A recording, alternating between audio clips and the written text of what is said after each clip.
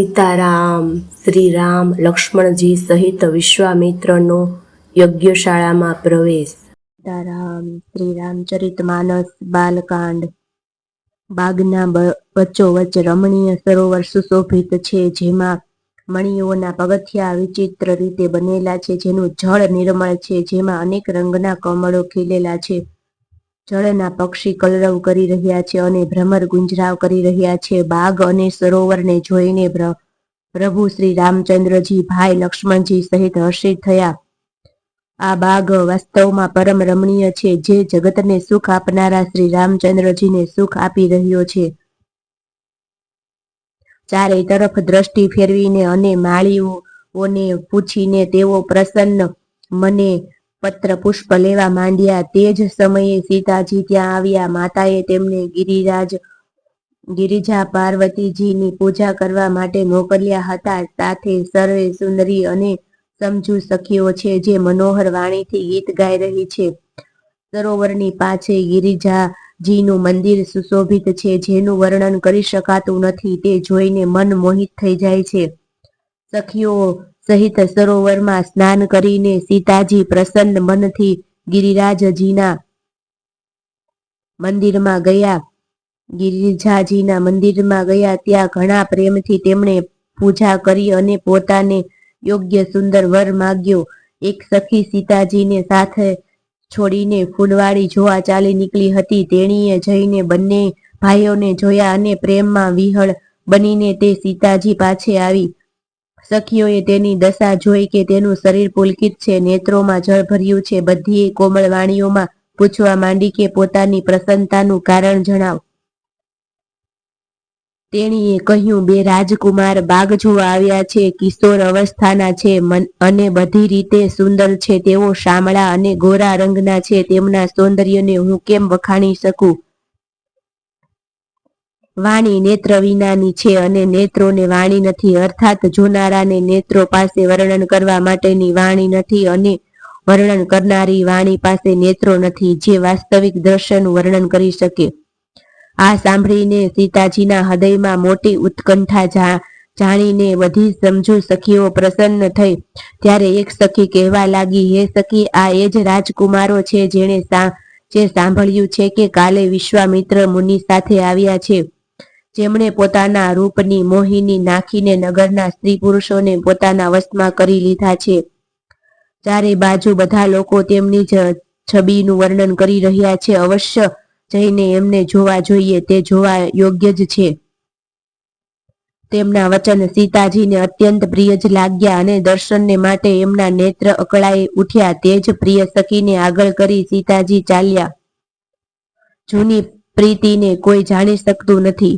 નારદજીના વચનનું સ્મરણ કરીને સીતાજીના મનમાં પવિત્ર પ્રીતિ ઉત્પન્ન થઈ. તે ચકિત થઈને બધી બાજુએ એવી રીતે જોઈ રહ્યા છે, જાણે ડરી ગયેલી મૃગબાળ આમ તેમ જોઈ રહી હોય. કંકણ, હાથના કડા, કંદોરો અને ઝાંઝરનો અવાજ સાંભળીને શ્રી રામચંદ્રજીના હૃદયમાં વિચાર કરીને લક્ષ્મણજી કહે છે કે આ ધ્વનિ એવો આવી રહ્યો છે, જાણે કામદેવે વિશ્વને જીતવાનો સંકલ્પ કરીને ડંકો વગાડ્યો હોય. એમ કહીને શ્રી રામજીએ ફરીને તે બાજુ જોયું. શ્રી સીતાજીના મુખરૂપી ચંદ્રમાને નિહાળવા માટે તેમના નેત્ર ચકોર બની ગયા. સુંદર નેત્રો સ્થિર થવા લાગ્યા. એકીટસે જોવા માંડ્યા, જાણે જનકજીના પૂર્વજ એ જેમનો સૌની પલકોમાં નિવાસ માનવામાં આવ્યો હોય. કન્યા જમાઈના મિલન પ્રસંગને જોવો ઉચિત નથી, એ ભાવથી સંકોચવશ પલકોનો ત્યાગ કરી દીધો. પલકોમાં રહેવાનું છોડી દીધું, જેથી પલકોનું પડવું રોકાઈ ગયું. સીતાજીની શોભા જોઈને શ્રી રામજીએ ઘણું સુખ મેળવ્યું. હૃદયમાં તે શોભાની પ્રશંસા કરે છે, પરંતુ મુખથી વચન નથી નીકળતા. તે શોભા એવી અનુપમ છે, જાણે બ્રહ્માએ પોતાની સર્વે નિપુણતાને મૂર્તિમાન કરીને સંસારને પ્રગટ કરીને દેખાડી હોય. તે સીતાજીની શોભા સુંદરતાને પણ સુંદર કરનારી છે. તે એવી માલુમ પડે છે, જે જાણે સુંદરતા રૂપી ઘરમાં દીપકની શિખા જ્યોતિ જલી રહી હોય. આજ સુધી સુંદરતા રૂપી ભવનમાં અંધારું હતું. તે ભવન જાણે સીતાજીની સુંદરતા રૂપી દીપશિખાને પામીને ઝગમગી ઉઠી હોય, અગાઉથી પણ અધિક સુંદર થઈ ગયું છે. સર્વે ઉપમાઓને તો કવિઓએ એઠી કરી મૂકી છે. હું જનક નંદિની શ્રી સીતાજીને કોની ઉપમા આપું? આ રીતે હૃદયમાં સીતાજીની શોભાનું વર્ણન કરીને, પોતાની દશાનો વિચાર કરીને પ્રભુ શ્રી રામચંદ્રજીએ પવિત્ર મને પોતાના નાના ભાઈ લક્ષ્મણને સમાયુકુળ વચન કહ્યા. હે તાત, આ એ જ જનકની જીની કન્યા છે, જેના માટે ધનુષ યજ્ઞ થઈ રહ્યો છે. સખીઓ એને ગૌરી પૂજનને માટે લઈ આવી છે. તેઓ ફૂલવાડીમાં પ્રકાશ રેલાવતી ફરી રહી છે. જેની અલૌકિક સુંદરતા જોઈને સ્વભાવથી જ પવિત્ર મારું મન શુદ્ધ થઈ ગયું છે. તે સર્વે કારણે અથવા એનું સઘળું કારણ તો વિધાતા જાણે. પરંતુ હે ભાઈ સાંભળો, મારા મંગળદાયક જમણા અંગો ફરકી રહ્યા છે. રઘુવંશીઓના આજ સહજ સ્વભાવ છે કે એમનું મન ક્યારેય કુમાર્ગ ઉપર પગ નથી મૂકતું. મને તો પોતાના મનનો અત્યંત વિશ્વાસ છે કે જેણે સ્વપ્નમાં પણ પરાઈ સ્ત્રી પર દ્રષ્ટિ નાખી નથી. રણમાં શત્રુ જેમની પીઠ નથી જોઈ શકતા, અર્થાત જે લડાઈના મેદાનમાં ભાગતા નથી, પરાઈ સ્ત્રીઓ જેમના મન અને દ્રષ્ટિને નથી ખેંચી શકતી, અને ભિખારી જેના ત્યાંથી નકારો નથી પામતો, ખાલી હાથે પાછો નથી ફરતો, એવા શ્રેષ્ઠ પુરુષ સંસારમાં થોડાક જ છે. આમ શ્રી રામજીના ભાઈ સાથે વાતો કરી રહ્યા છે, પણ મન સીતાજીના રૂપમાં લોભાઈને એમના મુખરૂપી કમળની શોભારૂપ મકરંદ રસને ભમરાની જેમ પી રહ્યા છે. સીતાજી ચકિત થઈને ચારે બાજુ જોઈ રહ્યા છે. મને એ વાતની ચિંતા કરી રહી છે કે રાજકુમારી કયા ચાલ્યા ગયા. બાલ મૃગનયની સીતાજી જ્યાં દ્રષ્ટિ નાખે ત્યાં જાણે શ્વેત કમળોની પંક્તિ વરસી જાય છે. ત્યારે સખીઓએ લતાઓની આડામાં સુંદર શ્યામ અને ગોર કુમારોને દેખાડ્યા. તેમના રૂપને જોઈને નેત્ર લલચાઈ ઉઠ્યા. તે એવા પ્રસન્ન થયા કે જાણે તેમને પોતાના ખજાનાને ઓળખી લીધો. શ્રી રઘુનાથજીની શોભા જોઈને નેત્રો સ્તબ્ધ થઈ ગયા. પાપણોએ પણ પડવાનું છોડી દીધું. અધિક સ્નેહને કારણે શરીર બેકાબુ થઈ ગયું, જાણે શરદ ઋતુના ચંદ્રમાને ચકોરી બેભાન બની જોઈ રહી હોય. નેત્રોના માર્ગે શ્રી રામજીને હૃદયમાં લાવીને ચતુર શિરોમણી જાનકીજીએ પાપણોના બારણા બંધ કરી દીધા, અર્થાત નેત્રો મીચી તેમનું ધ્યાન કરવા લાગ્યા. જ્યારે સખીઓએ સીતાજીને પ્રેમને વશ જાણ્યા ત્યારે તે મનમાં શરમાઈ ગઈ, કંઈ કહી શકતી નહોતી. તે સમયે બંને ભાઈ લતા મંડપ કુંજમાંથી એમ પ્રગટ થયા જાણે બે નિર્મળ ચંદ્રમાં વાદળોના પડદા હટાવીને નીકળ્યા હોય. બંને સુંદર ભાઈ શોભાની સીમા છે. એમના શરીરની આભા નીલા અને પીળા કમળના જેવી છે. શિર પર સુંદર મયુર પંખ સુશોભિત છે, જેમની વચ્ચે ફૂલોની કળીઓના ગુચ્છા લગાડેલા છે. લલાટ પર તિલક અને પરસેવાના બિંદુ શોભાયમાન છે. કાનોમાં સુંદર ભૂષણોની શોભા છવાઈ છે. વાંકી ભ્રમરો છે અને વાકડિયા વાળ છે. નવા લાલ કમળના જેવા રતનારા લાલ નેત્રો છે. હડપચી નાક અને ગાલ ઘણા સુંદર છે અને હાસ્યની શોભા મનને હરી લે છે. મુખની શોભા તો મારાથી કહી જ નથી શકાતી, જેને જોઈને ઘણા કામદેવો લજ્જાઈ જાય છે. વક્ષસ્થળે મણિઓની માળા છે. શંખ સમાન ગળું સુંદર છે. કામદેવ રૂપી હાથીના મદ નિયાની સૂંઢના જેવી ઉત્તાર ચઢાવવાળી અને કોમળ ભુજાઓ છે. જેમ બળની સીમા છે, જેના ડાબા હાથમાં ફૂલો સાથેનો પડિયો છે. હે સખી, તે સામળા કુંવર તો ઘણા જ સુલાણા છે. સિંહના જેવી પાતળી લચીલી કમરવાળા પિતાંબર ધારણ કરેલા શોભા અને શીલના ભંડાર સૂર્યકુળના ભૂષણ શ્રી રામચંદ્રજીને જોઈને સખીઓ પોતે જ પોતાને ભૂલી ગઈ. એક ચતુર સખીએ ધીરજ ધરીને હાથ પકડીને સીતાજીને કહ્યું, ગિરિજાજીનું ધ્યાન પછી કરી લેજો. આ સમયે રાજકુમારને કેમ જોઈ લેતા નથી? ત્યારે સીતાજીએ લજાઈને નેત્રો ખોલ્યા અને રઘુકુળના બંને સિંહોને પોતાની સામે ઊભા જોયા. નખથી શિખા સુધી શ્રી રામજીની શોભા જોઈ અને પછી પિતાનું પ્રણ યાદ કરીને તેમનું મન ઘણું સ્તુબ્ધ થઈ ગયું. જ્યારે સખીઓએ સીતાજીને પરવશ પ્રેમને વશ જોયા ત્યારે બધી ભયભીત થઈને કહેવા લાગી, ઘણું મોડું થઈ ગયું છે, હવે જવું જોઈએ, કાલે આ સમયે ફરી આવીશું. એમ કહીને એક સખી મનમાં હસી. સખીની આવી રહસ્યમય વાણી સાંભળીને સીતાજી શરમાઈ ગયા. વાર થઈ જાણી એમને માતાનો ભય લાગ્યો. ઘણી ધીરજ ધરીને તેઓ શ્રી રામચંદ્રજીને હૃદયમાં લઈ આવ્યા અને એમનું ધ્યાન કરતા પોતાને પિતાને આધીન જાણીને પાછા ફર્યા. મૃગ, પક્ષી અને વૃક્ષોને જોવાના બહાને સીતાજી વારંવાર વળે છે અને શ્રી રામજીની શોભા જોઈને તેમનો પ્રેમ ઓછો નથી વધી રહ્યો, અર્થાત ઘણો જ વધતો જાય છે. શિવજીના ધનુષને કઠોર જાણીને તે ભૂલવા મનમાં વિલાપ કરતા હૃદયમાં શ્રી રામજીની શામળી મૂર્તિને ધારણ કરીને ચાલ્યા. શિવજીના ધનુષની કઠોરતાનું સ્મરણ થવાથી તેમને ચિંતા થતી હતી કે આ સુકુમાર રઘુનાથજી તેને કેવી રીતે તોડશે.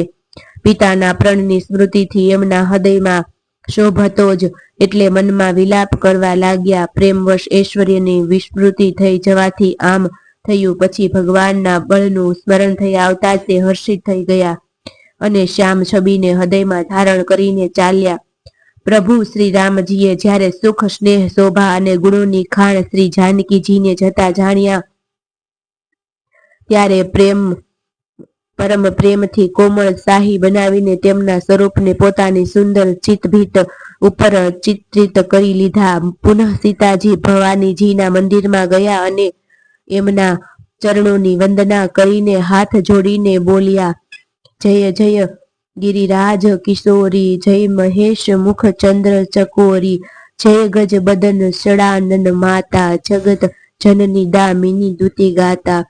હે શ્રેષ્ઠ પર્વતોના રાજા, હિમાલયના પુત્રી પાર્વતીજી, આપનો જય હો, જય હો. હે મહાદેવજીના મુખરૂપી ચંદ્રમાની તરફ એકીટસે જોનારા ચકોરીજી, આપનો જય હો. હે હાથીના મુખવાળા ગણેશજી અને 6 મુખવાળા સ્વામી કાર્તિકેયજી ના માતા, હે જગત જનની, હે વીજળીના જેવી ક્રાંતિયુક્ત શરીરવાળા, આપનો જય હો.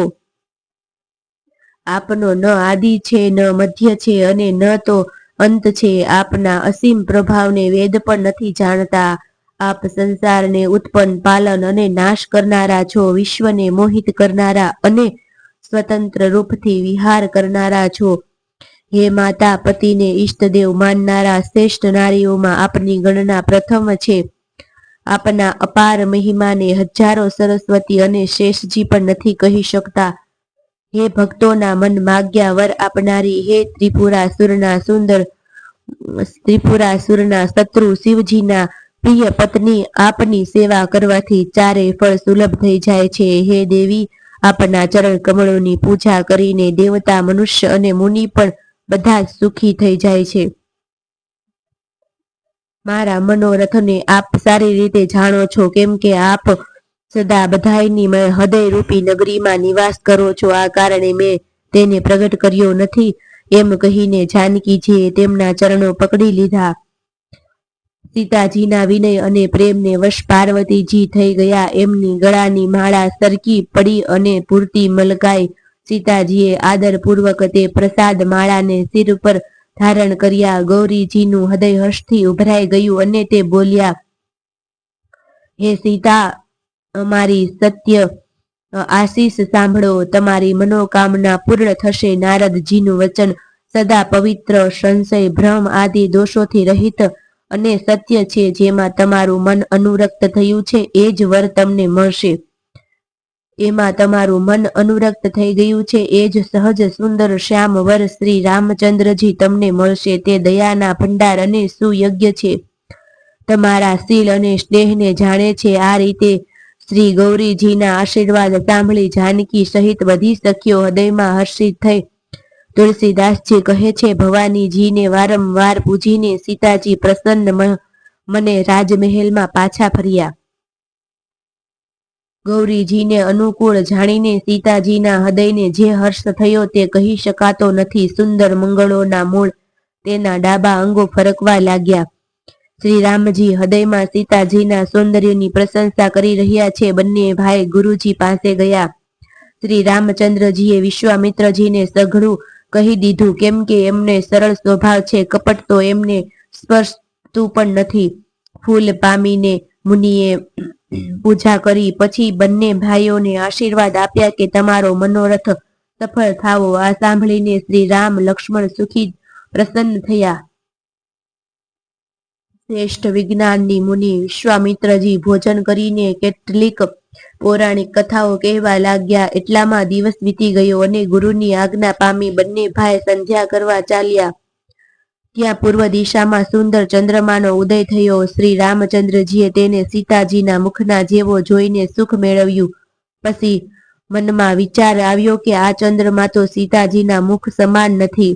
ખારા સમુદ્રમાં એનો જન્મ, વળી એ જ સમુદ્રમાં ઉત્પન્ન થવાને કારણે વિષ એનો ભાઈ. દિવસે તો એ મલિન નિસ્તેજ રહે છે અને કલંકી કાળા ડાઘથી યુક્ત છે. વિચારો, શોભાનો દરિદ્રી ચંદ્રમા સીતાજીના મુખની બરાબરી કેમ પામી શકે?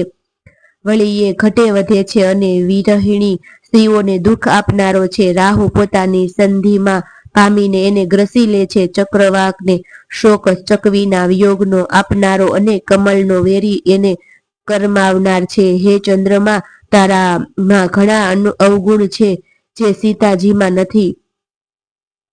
આથી જાનકીજીના મુખની તને ઉપમા આપવાથી ઘણું અનુચિત કર્મ કર્યાનો દોષ લાગશે. આ રીતે ચંદ્રમાના બહાને સીતાજીના મુખની શોભાનું વર્ણન કરીને રાત ઘણી થયેલી જાણે તેઓ ગુરુજી પાસે ગયા. મુનિના ચરણ કમળોમાં પ્રણામ કરીને આજ્ઞા મેળવી વિશ્રામ કર્યો. રાત વીત્યા પછી શ્રી રઘુનાથજી જાગ્યા અને ભાઈઓને જોઈને એમ કહેવા લાગ્યા, હે તાત, જુઓ, કમળ, ચક્રવાક અને સમસ્ત સંસારને સુખ આપનારા અરુણોદય થયો છે. લક્ષ્મણજીએ બંને હાથ જોડીને પ્રભુના પ્રભાવને સૂચિત કરનારી કોમળ વાણી બોલ્યા.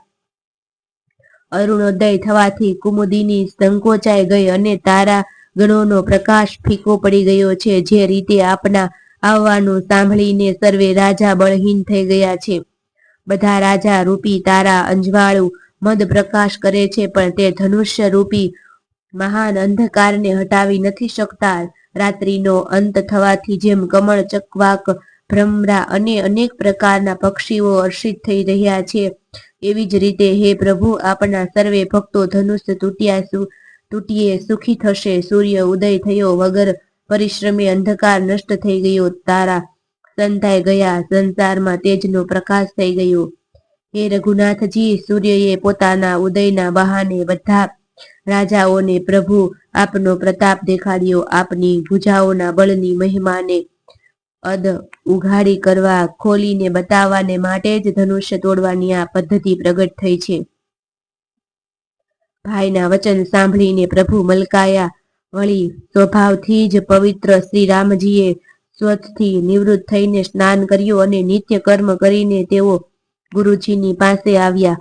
આવીને તેણે ગુરુજીના સુંદર ચરણ કમળોમાં શીશ નમાવ્યું. ત્યારે જનકજીએ સતાનંદજીને બોલાવ્યા અને તેમને તરત જ વિશ્વામિત્ર મુનિ પાસે મોકલ્યા. તેમણે વિશ્વામિત્રજીને પાસે આવીને જનકજીની વિનંતી સંભળાવી. વિશ્વામિત્રજીએ હર્ષિત થઈને બંને ભાઈઓને બોલાવ્યા. સતાનંદજીના ચરણોની વંદના કરીને પ્રભુ શ્રી રામચંદ્રજી ગુરુજીની સમીપ જઈ બેઠા. ત્યારે મુનિએ કહ્યું, હે તાત, ચાલો, જનકજીએ બોલાવવા મોકલ્યા છે. જઈને સીતાજીનો સ્વયંવર જોવો જોઈએ. ઈશ્વર કોને મોટાઈ આપે છે? લક્ષ્મણજીએ કહ્યું, હે નાથ, જેના પર આપની કૃપા હશે તે જ મોટાઈનું પાત્ર થશે. ધનુષ્ય તોડ્યાનું શ્રેય એને જ પ્રાપ્ત થશે. આ શ્રેષ્ઠ વાણીને સાંભળીને સર્વે મુનિઓ પ્રસન્ન થયા. બધાએ સુખ માનીને આશીર્વાદ આપ્યા. પછી મુનિઓના સમૂહ સહિત કૃપાળુ શ્રી રામચંદ્રજી ધનુષ્ય યજ્ઞશાળા જોવા ચાલ્યા. બંને ભાઈઓ રંગભૂમિમાં આવી ખબર જ્યારે આ બધા નગરવાસીઓને પડી, ત્યારે બાળ, જવાન, વૃદ્ધ, સ્ત્રી, પુરુષ બધા ઘર અને કામકાજને ભૂલવાની ચાલી નીકળ્યા. જ્યારે જનકજીએ જોયું કે ભારે ભીડ થઈ ગઈ છે, ત્યારે તેમણે સર્વે વિશ્વાસપાત્ર સેવકોને બોલાવી લીધા અને કહ્યું કે તમે લોકો તરત જ બધા લોકોની પાસે જાઓ અને હર કોઈને યથા યોગ્ય આસન આપો. તે સેવકોએ કોમળ અને નમ્ર વચન કહીને ઉત્તમ, મધ્ય, નીચ અને લઘુ સર્વે શ્રેણીના સ્ત્રી પુરુષોને પોતપોતાના યોગ્ય સ્થાન પર બેસાડ્યા. તે જ સમયે રાજકુમાર રામ અને લક્ષ્મણ ત્યાં આવ્યા. એ એવા સુંદર છે જાણે સાક્ષાત મનોહર તાજ એમના શરીર ઉપર છવાઈ રહી હોય. સુંદર શ્યામ અને ગોર એમનું શરીર છે. તે ગુણોના સમુદ્ર, ચતુર અને ઉત્તમ વીર છે. તે બંને સુંદર ભાઈ રાજાઓના સમાજમાં એવા સુશોભિત થઈ રહ્યા છે જ્યારે તારાઓ ગણોની વચ્ચે બે પૂર્ણ ચંદ્રમા હોય એમના જેવી ભાવના હતી પ્રભુની મૂર્તિ. તેમણે તેવી જ જોઈ.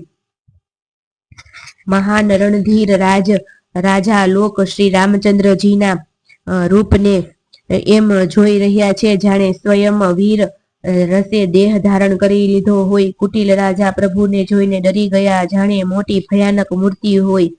છળથી જે રાક્ષસો થયા રાજાઓના વેશમાં બેઠા હતા તેમણે પ્રભુને પ્રત્યક્ષ કાળના જેવા જોયા. નગરવાસીઓએ બંને ભાઈઓને મનુષ્યના ભૂષણ રૂપે અને નેત્રોને સુખ આપનારા જોયા.